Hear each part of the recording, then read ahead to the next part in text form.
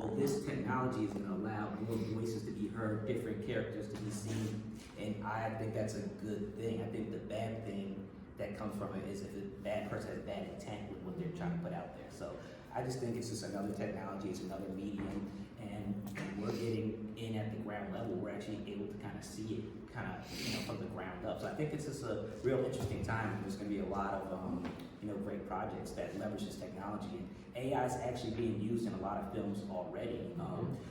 It may not be full on generative AI, but when I was at SIGGRAPH a couple years back, they were showing how they were using AI to do the in-between frames in the animation for the Spider-Man movie. So just seeing how they're using it on that level, is that good, is that bad? I mean, everyone loved that movie, so it's all up to, I guess, the interpretation.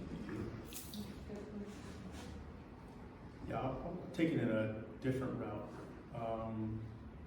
I think one thing that we kind of forget when we speak about AI or large language models and things of that sort is that we forget that the human mind is something that cannot be replicated. The one thing a lot of the Gen AI tools cannot do is the spark of an imagination or spark of an idea or create an idea.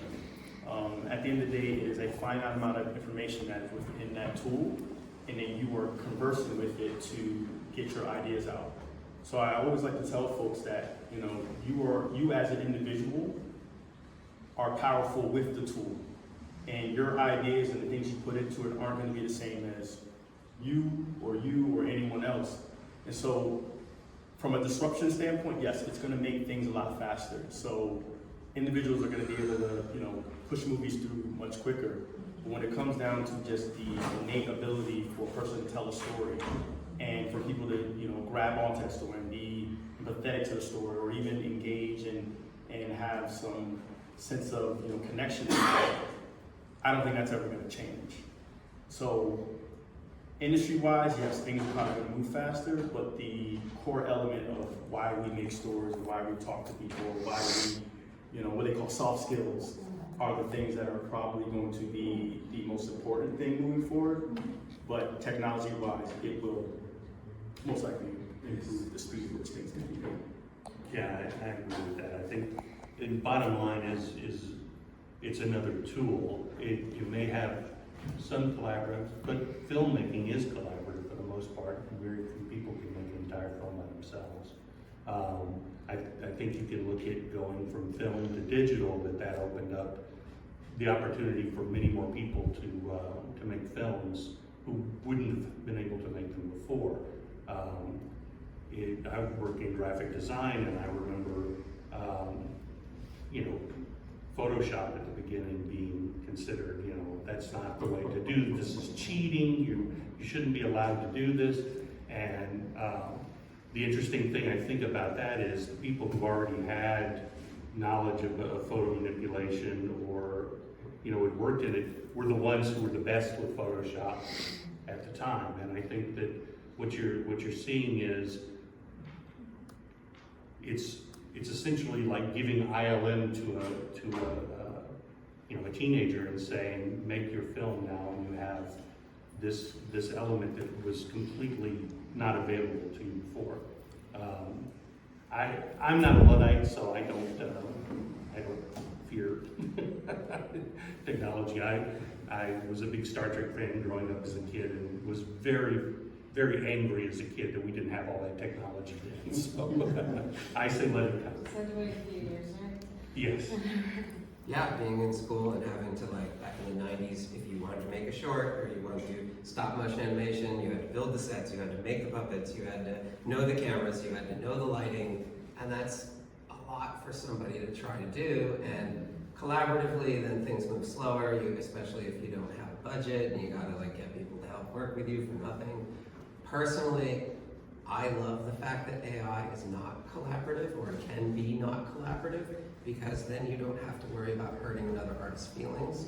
You don't have to, your voiceover isn't really good, or your song is kind of off, or and then you gotta go through that whole problem. And I only have to answer to myself when I'm making something. And I also think what you brought up about empathy, I'm empathetic, and only humanity can bring that in. There's no way to find that in a large language model, in a generation, an image generation, a video generation, you have to put intent behind it to make other people feel it. And there's a great traditional movie, I think called I Am Mother, the robot and the whole kind of interesting part of that is a human child imprints on a robot and imprints its own feelings and emotions onto something which has none. And so that's what you're doing with this, and same is true for like traditional, like even a Pixar, like little kids' toys don't talk, but you can feel sad for them when something bad happens to them, and that's because it's all here. It's not, it's not from what's up there, it's from what the creator's putting into it. And then my final last thing I think it takes a creator I worked in film for 20 years before, a while ago, and so it takes somebody who used to be hired for a job. Now, as a creator, you have to helm the job. You have to be the point person. So it takes my second degree, or my second kind of love, passion degree is architecture. And if you look at Frank Lloyd Wright times, when you had hundreds of architects drawing for this one maestro, and now, because of all the BIM software that we have, you have dozens of hundreds of thousands actually, individual, like 4 or 5 architects working together who can build incredibly amazing things because the technology allows them to do that. And speaking to what you were talking about, and like developing those skills, like when you're in art school, if you're going to make something like stop motion, do you feel like that's just going to become a lost art when people don't find it necessary to have those skills to produce their vision? Hand drawing and architecture is almost a lost art, but people still do it.